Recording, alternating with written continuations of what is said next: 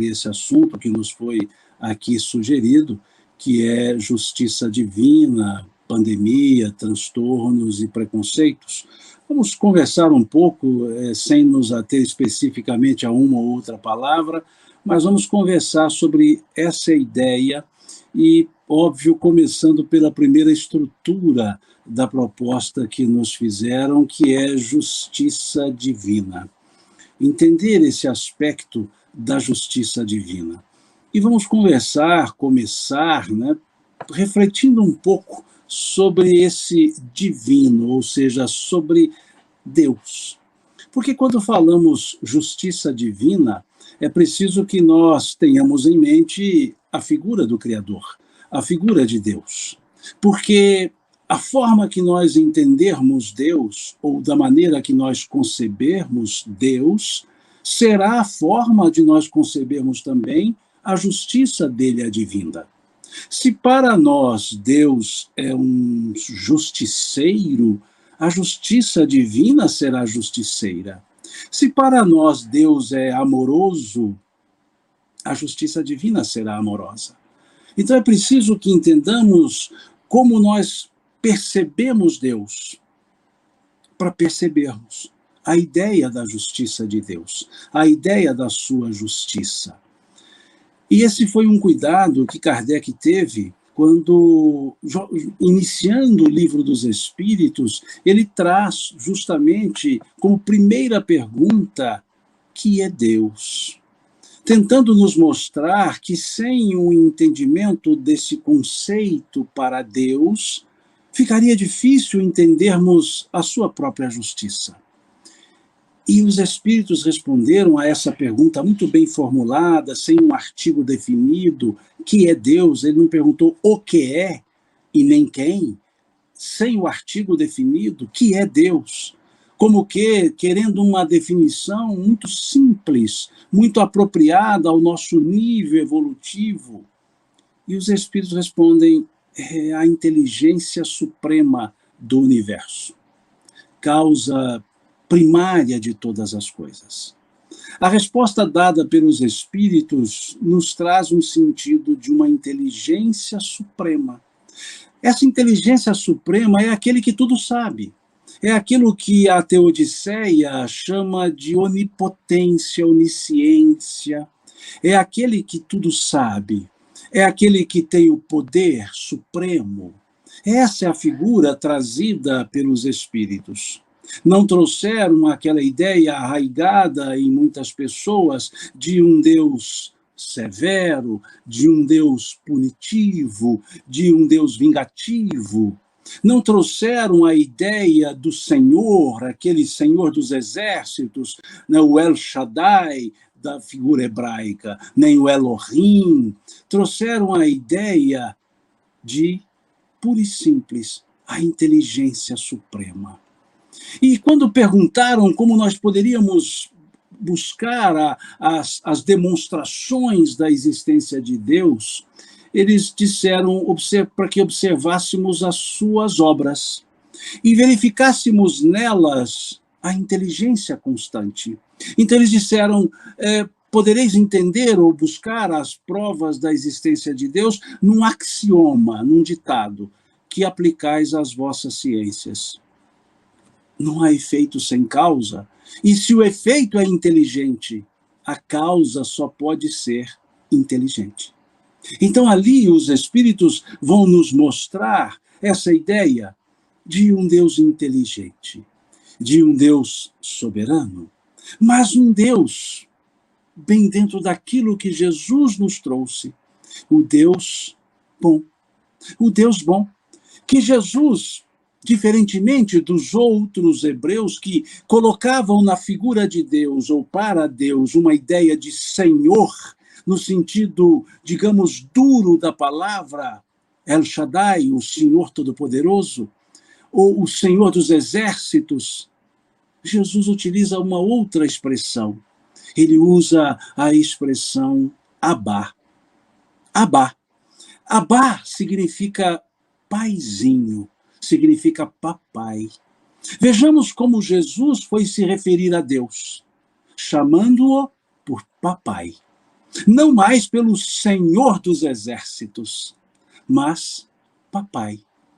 E num outro momento, conversando com os doutores da lei, ele faz uma provocação.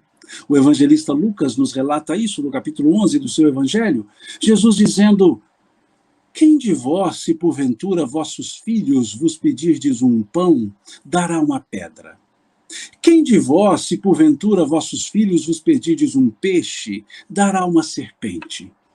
Se vós, que sois homens maus, fazeis boas coisas aos vossos filhos, quanto mais não fará Deus, sendo Deus todo bondade? Vejamos como Jesus foi nos apresentar essa ideia para o Criador. Primeiro chamando por pai, mas não pai, papai. A palavra hebraica, Abá, papai. E depois dizendo que nós somos homens maus, mas quando se trata de cuidar dos nossos filhos, nós fazemos coisas boas aos filhos nossos. Ele então, por essa analogia, essa comparação, ele diz: quanto mais não fará Deus aos seus, ou seja, aos seus filhos, sendo Deus todo bondade. Então Jesus nos apresenta essa ideia de um Deus bom, de um Deus bondade. E quando os Espíritos então nos falam que Deus é a inteligência suprema, é essa inteligência boa, essa inteligência da bondade, ou essa bondade inteligente que é Deus.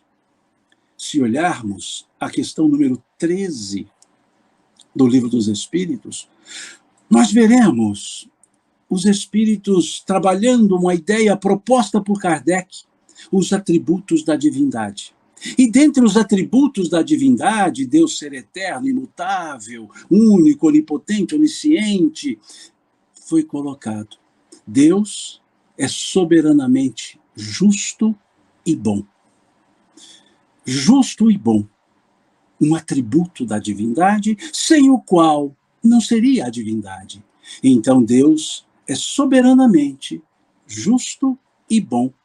Em outras palavras, a justiça de Deus é boa, a bondade de Deus é justa. A bondade de Deus é justa, mostrando-nos então que tudo que se nos ocorre aqui está dentro da bondade justa de Deus, da justiça bondosa de Deus.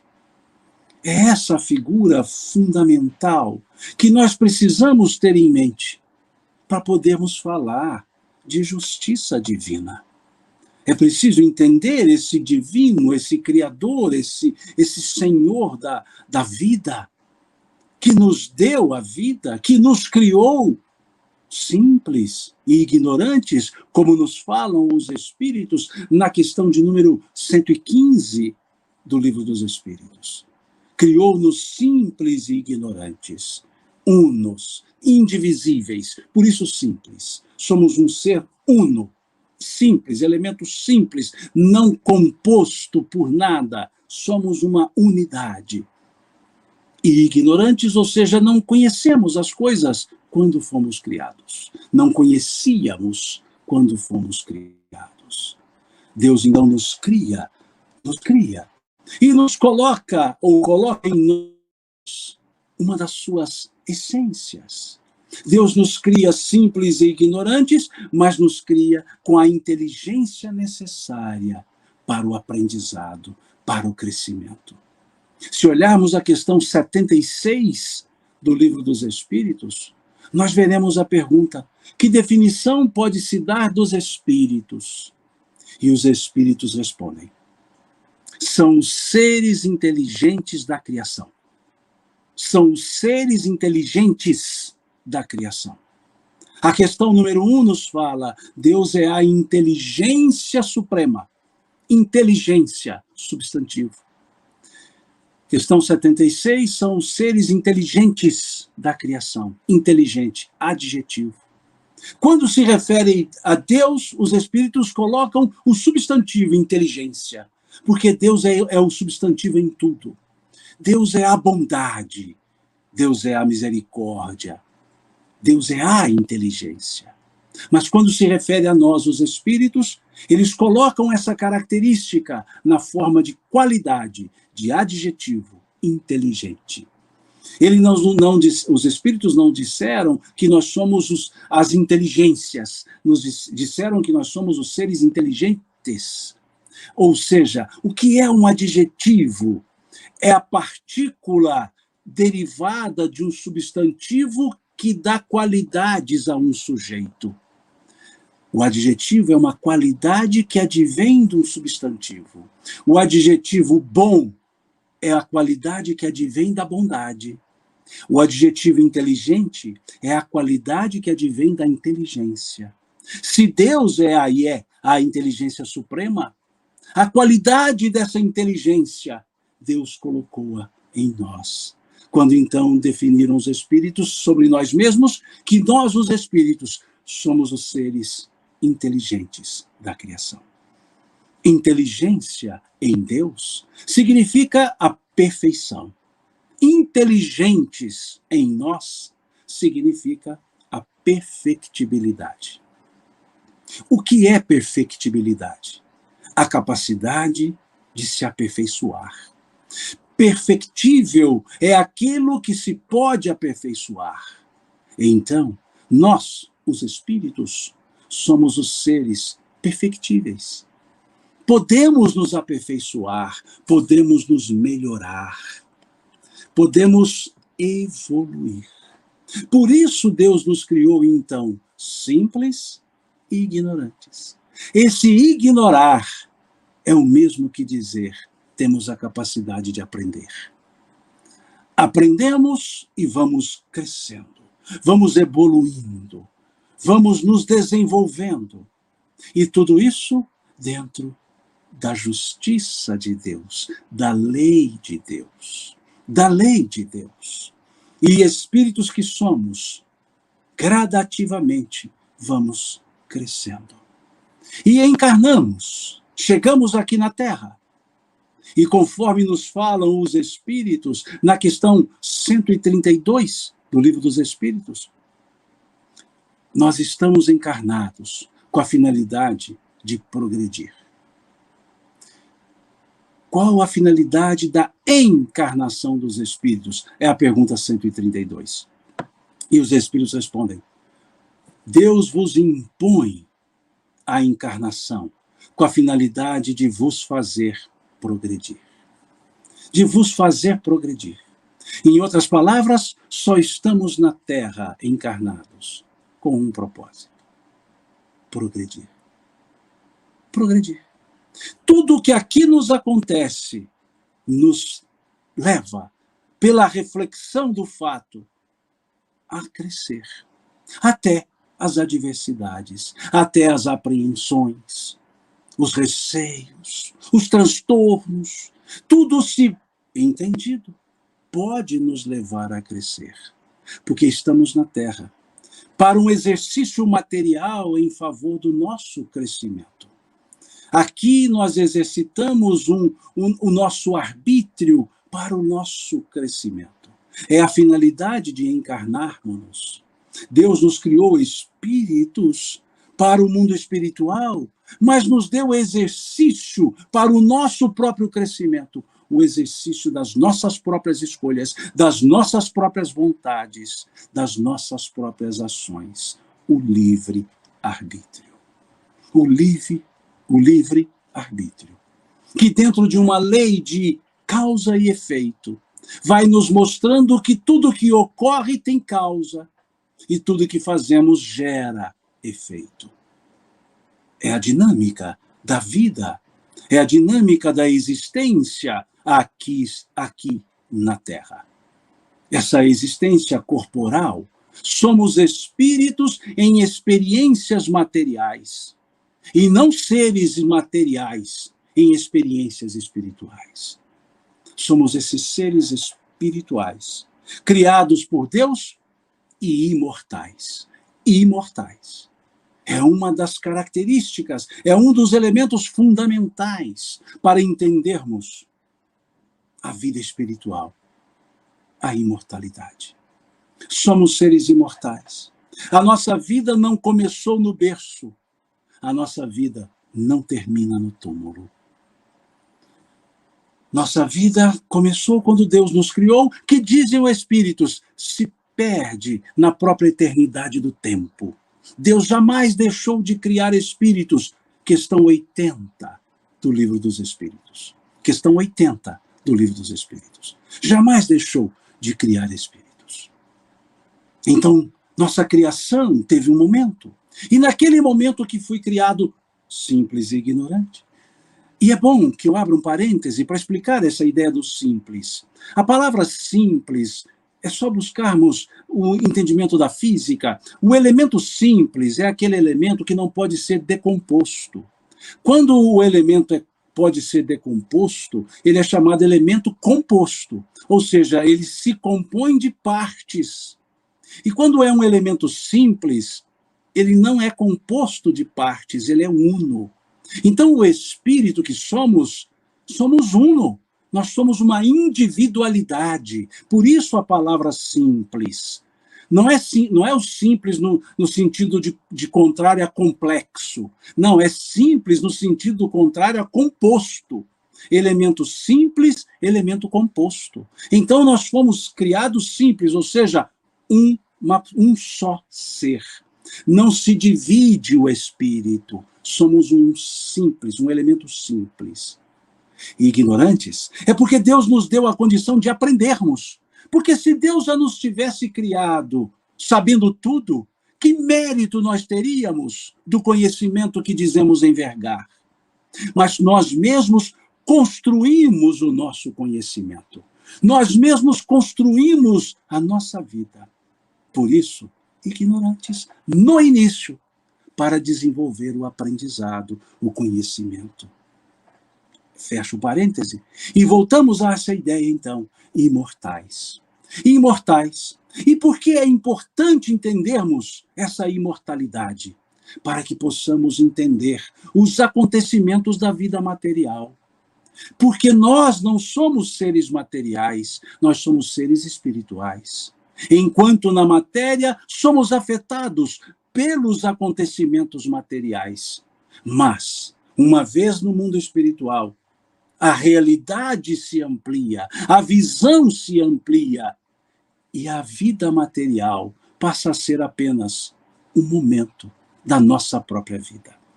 Nós somos uns seres espirituais que temos uma só vida. Vida é uma só.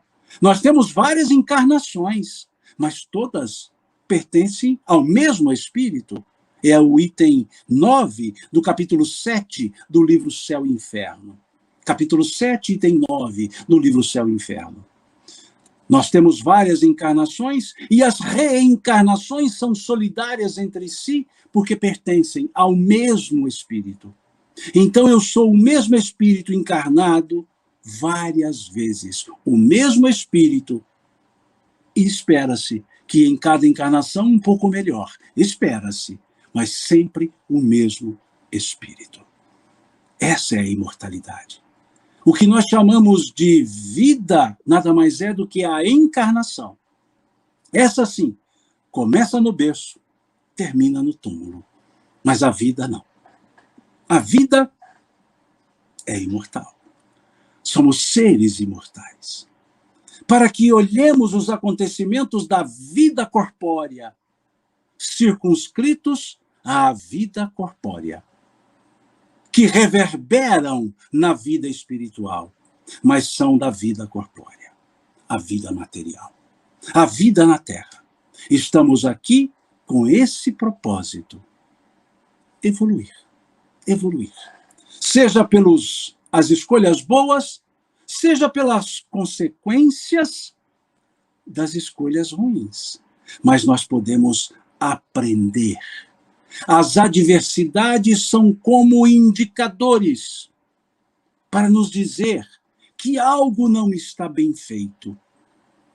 Porque se há a lei de causa e efeito, o que hoje ocorre é efeito, então tem causa. E se hoje os efeitos não são bons, é porque as causas não foram boas, ou seja, as minhas escolhas não foram as mais indicadas. As minhas escolhas não foram as mais apropriadas. E, ao mesmo tempo, nos leva a inferir que se eu quero mudar os resultados da minha vida, eu preciso mudar a maneira de viver. Para eu atingir um resultado que eu ainda não atingi, eu preciso fazer de uma forma tal que eu ainda não fiz. Porque se eu continuar com as mesmas atitudes, eu continuarei com os mesmos resultados. É mudando as atitudes que se modificam os resultados. É importante percebermos isso, porque nós, na verdade, somos os artífices da nossa própria existência. Nós somos artífices da nossa vida. E isso faz com que olhemos todas as oportunidades, ou todos os acontecimentos, como uma oportunidade. Todos os acontecimentos. Deus não nos fez para o sofrimento. Deus nos criou para o crescimento. E o sofrimento, as adversidades, as dificuldades, são elementos que vão surgindo em função dos atos que vamos praticando.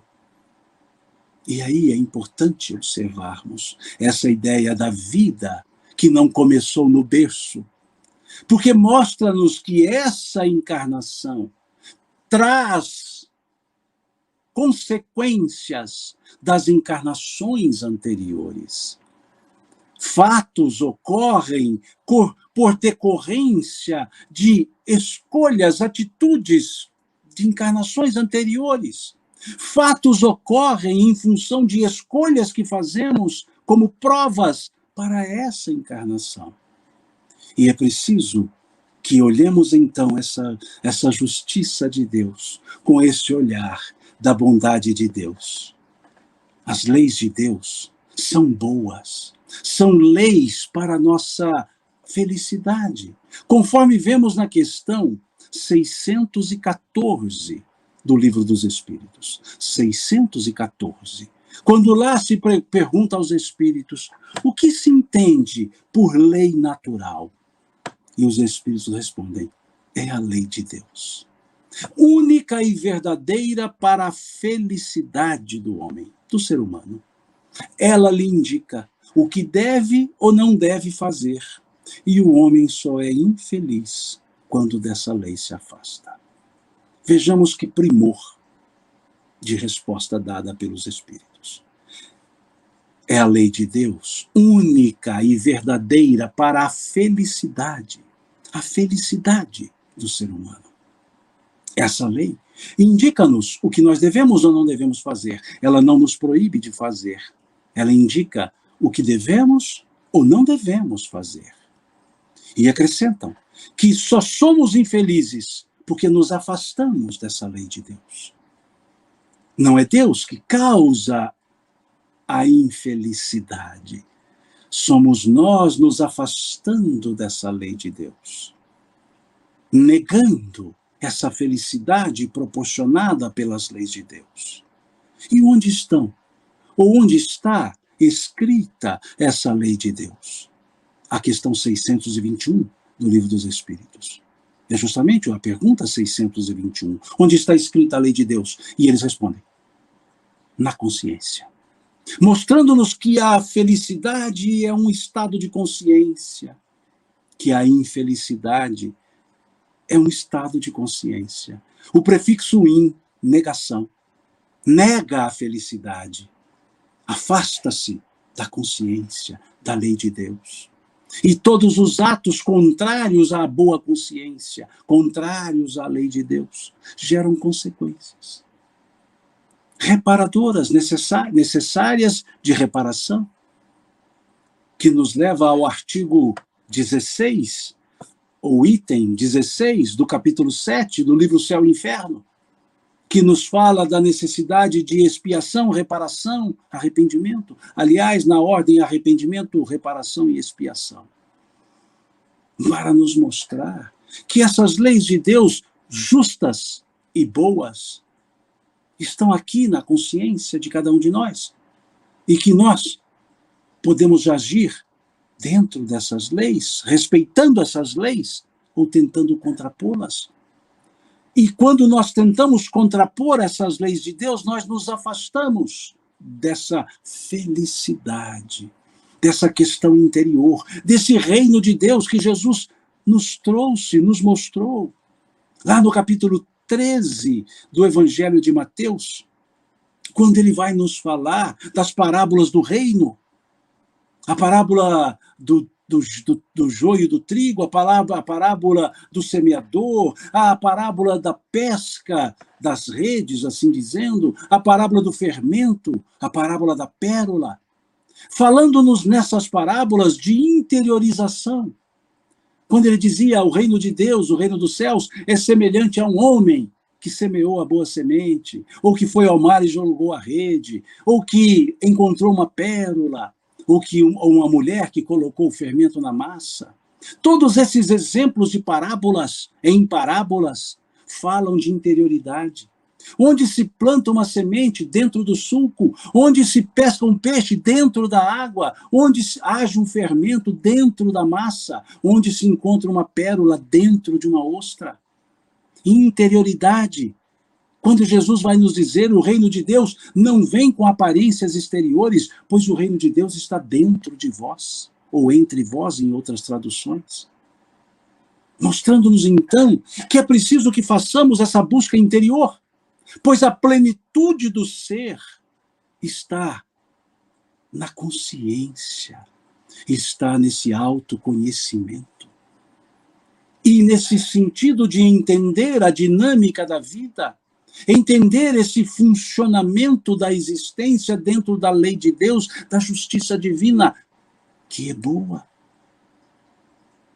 Quando perguntaram aos espíritos, questão de número 171 do Livro dos Espíritos, onde se fundamenta a verdade, o dogma, a verdade da reencarnação. Em outras palavras, onde nós podemos buscar um fundamento para a reencarnação?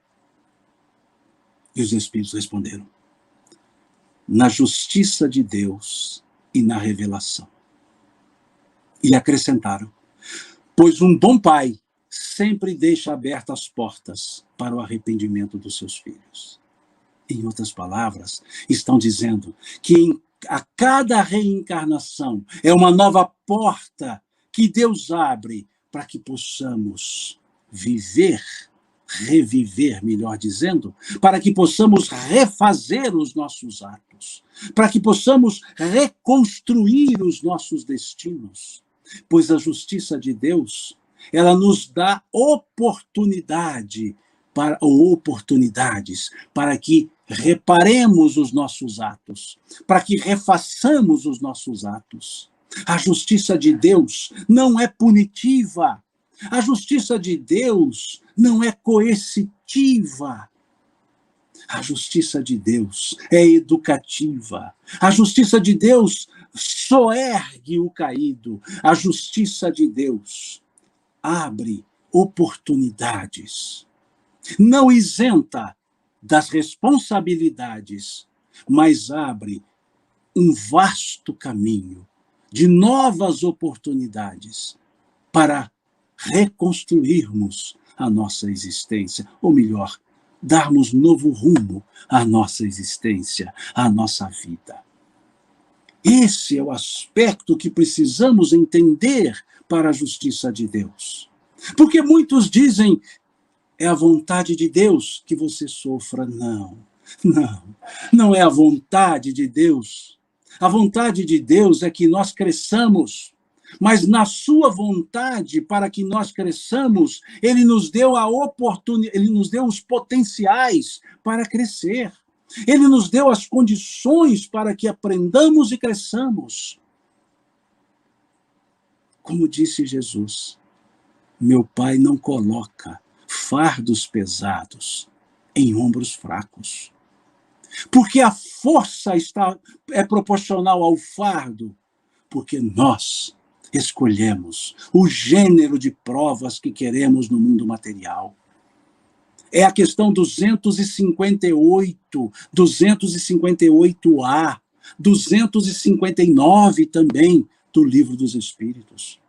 Antes de encarnarmos, em função das nossas necessidades evolutivas, em função do nosso histórico reencarnatório, nós organizamos a nossa encarnação seguinte. Nós organizamos a nossa encarnação seguinte, com aquela visão no mundo espiritual mais ampla, entendendo que reveses materiais não extinguem a estrutura espiritual que nós somos. E ali no mundo espiritual, acompanhado dos espíritos benfeitores, vamos escolhendo o gênero de provas pelo qual nós passaremos. O gênero é o que está na questão 259 do Livro dos Espíritos. O gênero dos acontecimentos que podem nos fazer crescer, que contribuem para a nossa reflexão existencial, para podermos crescer. É isso que está nessa escolha das provas. Que bondade maior é essa de Deus? Que justiça melhor teria do que essa de Deus, que nos dá a condição de recomeçarmos em encarnações seguintes e de organizarmos a nossa reencarnação, de programarmos a nossa reencarnação, de programarmos as provas das nossas encarnações. Isso é a justiça de Deus. É isso que dá a condição de chamarmos Deus, como chamou Jesus, Abá, Papai, o bondoso, que nos dá toda essa oportunidade, esse ferramental, que nos dá a força para lidarmos com essas adversidades. Então é preciso que nós observemos melhor os acontecimentos. Não é descuido de Deus, não é punição de Deus.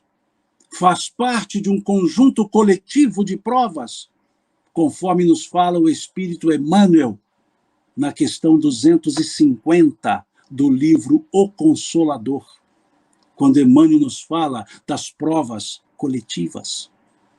Das provas coletivas, questão 250 do livro O Consolador. Emmanuel nos mostrando que que estamos todos nós, quando encarnamos, nos lugares certos, com as pessoas certas, nos momentos certos, aguardando que façamos a coisa certa. Então nós estamos encarnados no momento certo. Nós estamos convivendo com as pessoas certas, esperando que façamos de maneira correta, esperando que hajamos de maneira justa, respeitosa, bondosa.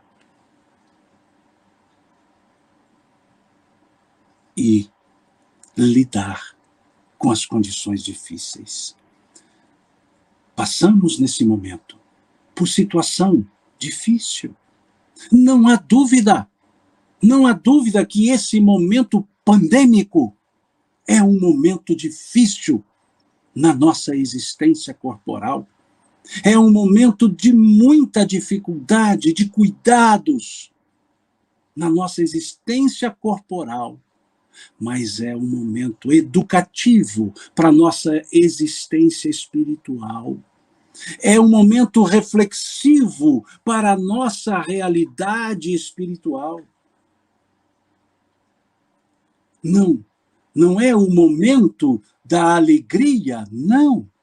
É um momento de tristeza, sim, mas não é um descuido da lei de Deus. Faz parte da estrutura da lei de Deus, que é nos acordar para a realidade maior, que é a vida espiritual. E quando associamos a essa ideia da causa e efeito, quando associamos a essa ideia de que aqui estamos numa sequência reencarnatória, que trazemos um passado, aí percebemos que, embora nem tudo esteja bem, tudo está nas leis de Deus. Tudo está certo nas leis de Deus. Se estamos vivendo nesse momento, é porque nos é necessário esse aprendizado. Nos é necessário observar o quanto nós caminhávamos de maneira assoberbada, de maneira atabalhoada. E agora podemos refletir, podemos transformar o isolamento social, o distanciamento social, em recolhimento pessoal, reflexivo, mental. Eu vejo pessoas perguntando como é que o mundo estará depois da pandemia. E eu gostaria de me perguntar como eu estarei. Porque o mundo estará como as pessoas estiverem. Porque o que é o mundo é a soma das pessoas. Então a pergunta é: o que eu faço hoje? Como eu estou agindo? Estou sendo respeitoso? Quando eu digo respeitoso, mesmo nesse processo mais agudo pelo qual passamos, estou fazendo a minha parte? Estou contribuindo com a minha parte? Estou respeitando as regras da boa e respeitosa convivência? Estou fazendo da minha parte? Estou cuidando dos que estão comigo? Estou respeitando aqueles que estão comigo? São essas as reflexões que precisamos fazer nesse momento pandêmico. É olhar para as nossas condutas. É olhar se estamos querendo romper com a realidade existencial da amorosidade e afetuosidade. Não há transformação social sem transformação individual. Não há reforma social sem reforma individual. Não há renovação de sociedade sem renovação de consciência. Não há consciência coletiva senão pela soma das consciências individuais. É isso que devemos perceber. Dar o melhor de nós mesmos. Colocarmos-nos sob os cuidados de Deus? Sim, mas tomando também os cuidados materiais que podemos tomar, ou que devemos tomar. O espírito André Luiz, no livro Conduta Espírita, ele diz assim: a fé não dispensa a previdência. A fé não dispensa a previdência. Veja o que nos fala André Luiz. Lá no livro Conduta Espírita. Em outras palavras, ajuda-te, como disseram os Espíritos, e o céu te ajudará. Em outras palavras, façamos da nossa parte. Entregar para Deus, ou entregarmos-nos a Deus, não nos isenta das nossas responsabilidades. Não nos isenta dos nossos compromissos para conosco, para com o próximo e para com Deus. Batei, disse o Cristo, e abrir-se-vos-á. Buscai e encontrareis. Pedi e obtereis. Vejamos que primeiro precisa da ação para que haja a devolução. Batei e abrir-se-vos-á. Ou seja, a porta não se abre se não houver um movimento para pedir, para fazer para com que ela se abra. Então, em ter confiança em Deus, saber que tudo está sob a lei de Deus, tudo certo, embora nem tudo está bem. Como dizia Dona Joana de Anjos, nem tudo está bem, mas tudo está certo, porque está nas leis de Deus. Mas perceber que o que nos cabe fazer, nós temos que fazer, nós mesmos. com o amparo de Deus, com a força de Deus, com a proteção de Deus, com as bênçãos de Deus e com as nossas ações. Como disse o Cristo, aquele que quiser, vejamos o Cristo, aquele que quiser vir após mim, renuncie-se a si mesmo, pegue a sua cruz a cada dia e me siga. Vejamos a frase do Cristo.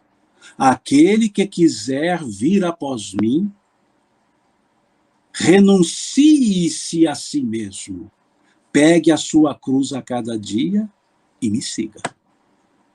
Vejamos a estrutura desse ensino de Jesus. A estrutura desse ensino, dessa frase de Jesus. Aquele que quiser vir após mim. Quiser. O Cristo nos convida. O Cristo não nos impõe. A lei de Deus não é impositiva, é chamativa. O Cristo nos convida. Aquele que quiser vir após mim. Após mim, ou seja, tendo Jesus à frente, ir após e depois de Jesus. Tendo Jesus como referência, tendo Jesus como modelo, tendo Jesus como guia. Questão 625 do Livro dos Espíritos. Vir após mim. Ter Jesus como exemplo, dar atenção aos seus ensinos, confiar nas suas palavras, fazer o máximo para exercitar esses seus ensinos. Aquele que quiser vir após mim. E aí ele deixa uma condição. Renuncie-se a si mesmo. Renuncie-se a si mesmo. O que é renunciar a si mesmo? É tirar a própria importância da individualidade que somos? Não. Renuncie-se a si mesmo, em outras palavras, deixe de ser egoísta. Olhe as outras pessoas, veja nas outras pessoas uma expressão de você mesmo. Como a nos dizer, somos seres semelhantes. Como a nos dizer, jogue por terra os preconceitos. Renuncie-se a si mesmo. Deixe de soberba. Mineiramente falando, desce daí. Aqui em Minas dizemos assim, quando a pessoa está muito vaidosa, a gente diz, desce daí, meu filho. É isso que Jesus está dizendo. Renuncie-se a si mesmo. Olhe as outras pessoas com empatia, ou seja, se coloque no lugar delas. Nós veremos, não há espaço para preconceitos. Nenhum. Porque todos somos seres em evolução, em processo de evolução. Todos nós somos seres que acertamos, mas todos nós somos seres que erramos. Mostrando-nos então Jesus, renuncie-se a si mesmo, em outras palavras, olhe as outras pessoas, cuide das outras pessoas como você gostaria que elas cuidassem de vocês, ou de você mesmo, em outras palavras. Renuncie-se a si mesmo, ame ao próximo, que é o ensino judaico. E Jesus acrescentou a esse ensino judaico algo excepcional. Ele disse, um novo mandamento eu vos dou. Um novo mandamento eu vos dou, disse ele. Que vos ameis uns aos outros, como eu vos tenho amado. Porque amar uns aos outros não era um novo mandamento, já era um mandamento da lei. Amar uns aos outros já era um mandamento da lei. Mas o que era o novo mandamento, então? Era a expressão final que Jesus usou. Como eu vos tenho amado. Dizendo, não é amar uns aos outros do jeito que vocês pensavam. É amar uns aos outros como eu amei vocês. Ou eu amo vocês, dizendo Cristo. Um novo mandamento eu vos dou. Que vos ameis uns aos outros. Como eu vos tenho amado. E nos coloca num exemplo, uma palavra, num exemplo para mostrar-nos que ninguém é superior a ninguém. Quando Jesus nos chama por amigos, nos chama de amigos, Não mais vos chamo servos, disse o Cristo, porque o servo não sabe o que faz o seu senhor. Tenho-vos chamado amigos, porque tudo que aprendi do meu Pai vos tenho dado a conhecer. Vejam, tenho-vos chamado de amigos. Jesus nos chamando por amigo. E ele diz ainda, vós sereis meus amigos se fizerdes o que vos ensino. Vós sereis meus amigos se fizerdes o que vos ensino. Que exemplo maior do que uma igualização do que a amizade? O que é a amizade, senão esse amor horizontal em que não se quer transformar a outra pessoa? O que é a amizade, senão o amor calçado no respeito? Senão o amor calçado no afeto? O que é a amizade, senão o desprezo ao preconceito? Essa é a ideia que a justiça divina nos traz. O amor do Cristo, o amor de Deus, que deixou em nós essa semente, esse potencial. Mas não nos renunciamos a nós mesmos muitas vezes. Ou na maioria das vezes. E segue o Cristo dizendo, pegue a sua cruz a cada dia. Pegue a sua cruz a cada dia.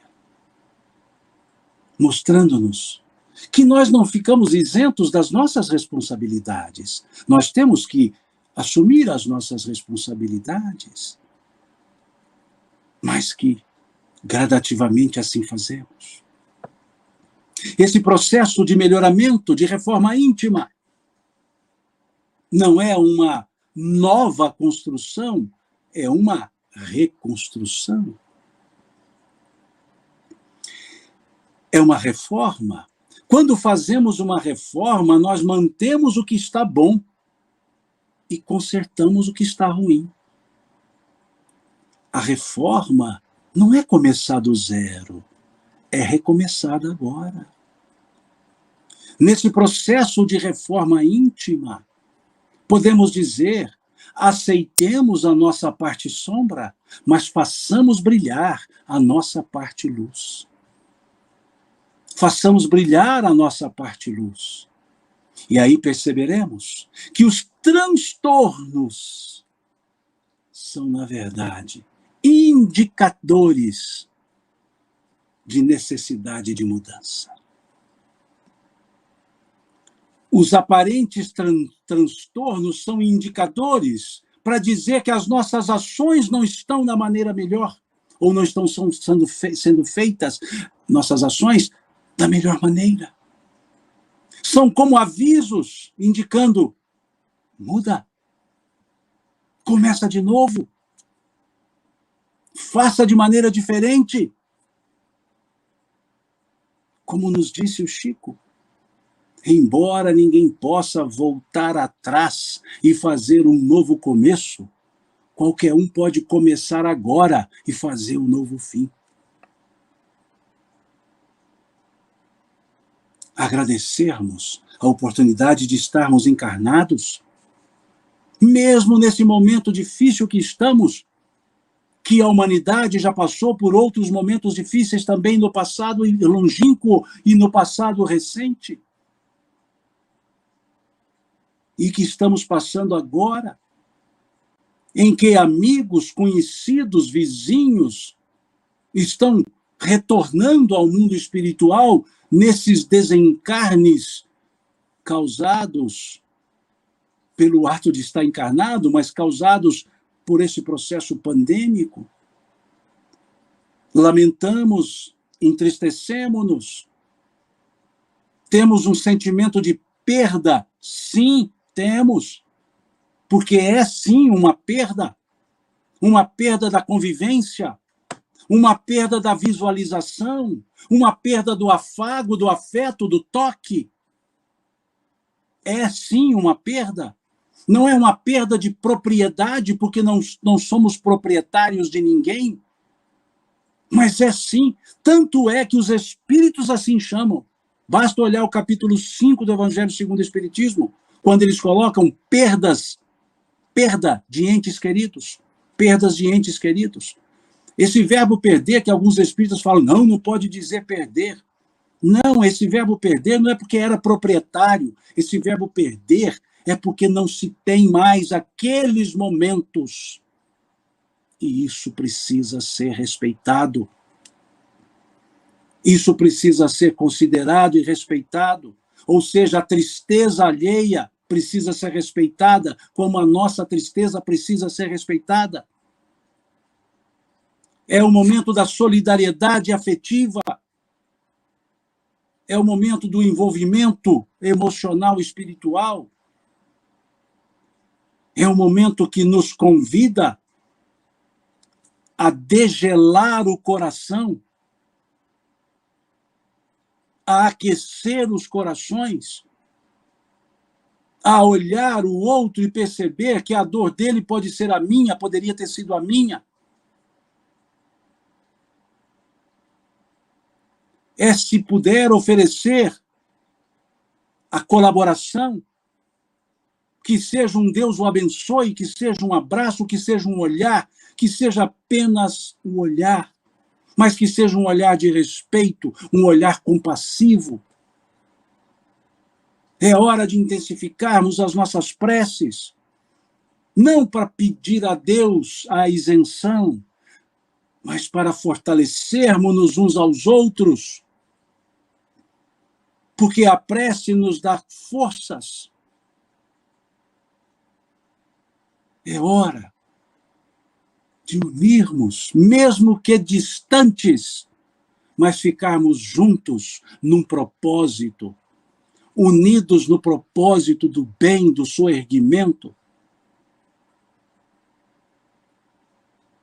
Refletir o que nós podemos fazer para melhorar a convivência. Deixar de perguntar o que o outro pode fazer e perguntar o que eu posso fazer. O que cada um de nós pode fazer.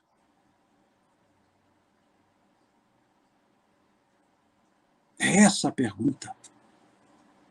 E respeitar, solidarizar efetivamente com aqueles que precisam. Como gostaríamos que se solidarizassem conosco.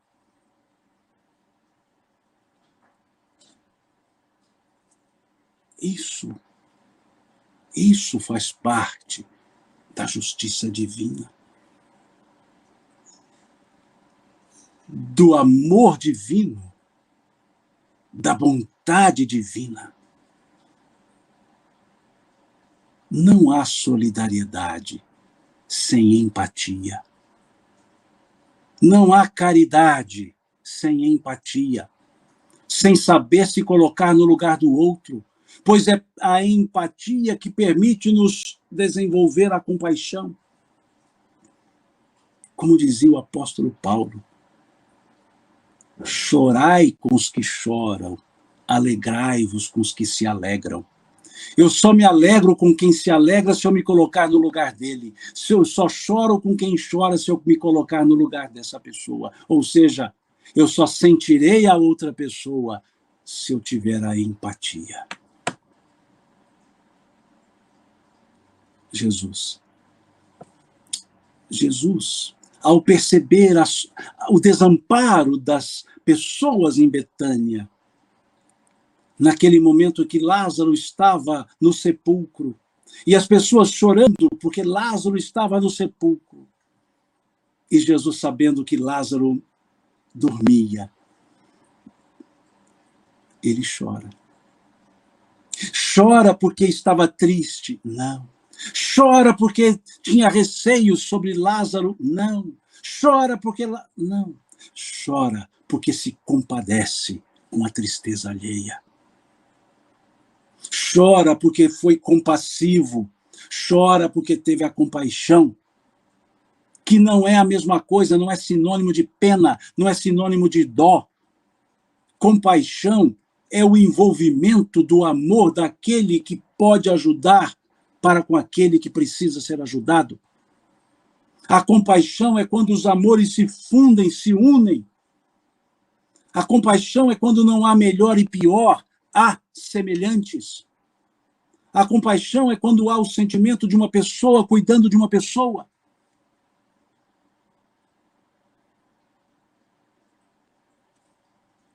Confiar em Deus. Entregar-se a Deus. Conectar-se com Deus. Como nos falam os Espíritos. Questão 659 do Livro dos Espíritos. A prece. A prece. Pergunta: a prece é sempre agradável a Deus? Questão 658. Eles respondem sim, quando ditada pelo coração. E na questão seguinte, 659, caráter geral da prece. E eles respondem: orar é pensar em Deus, é aproximar-se de Deus, é pôr-se em contato com Deus. A prece pode não nos isentarmos dos problemas, mas nos fortalece para lidar com os problemas. A prece pode não retirar as tristezas, mas dá a resignação para lidar com as tristezas. A prece pode não retirar os transtornos externos, mas acalmará o coração e extirpará os transtornos internos. Justiça de Deus. Esse sim, essa sim, é a justiça de Deus.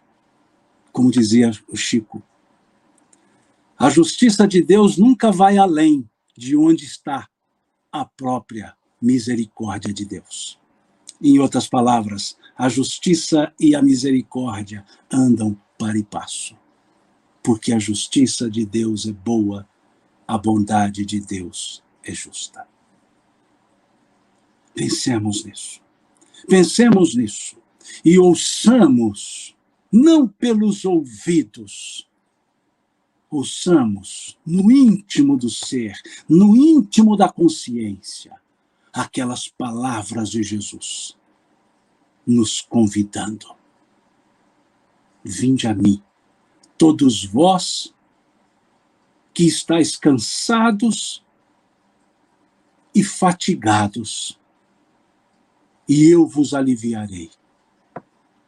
Tomai sobre vós o meu jugo, e aprendei de mim, que sou manso e humilde de coração, e então encontrareis refúgio para as vossas almas. Pois leve é meu fardo, e suave é o meu jugo.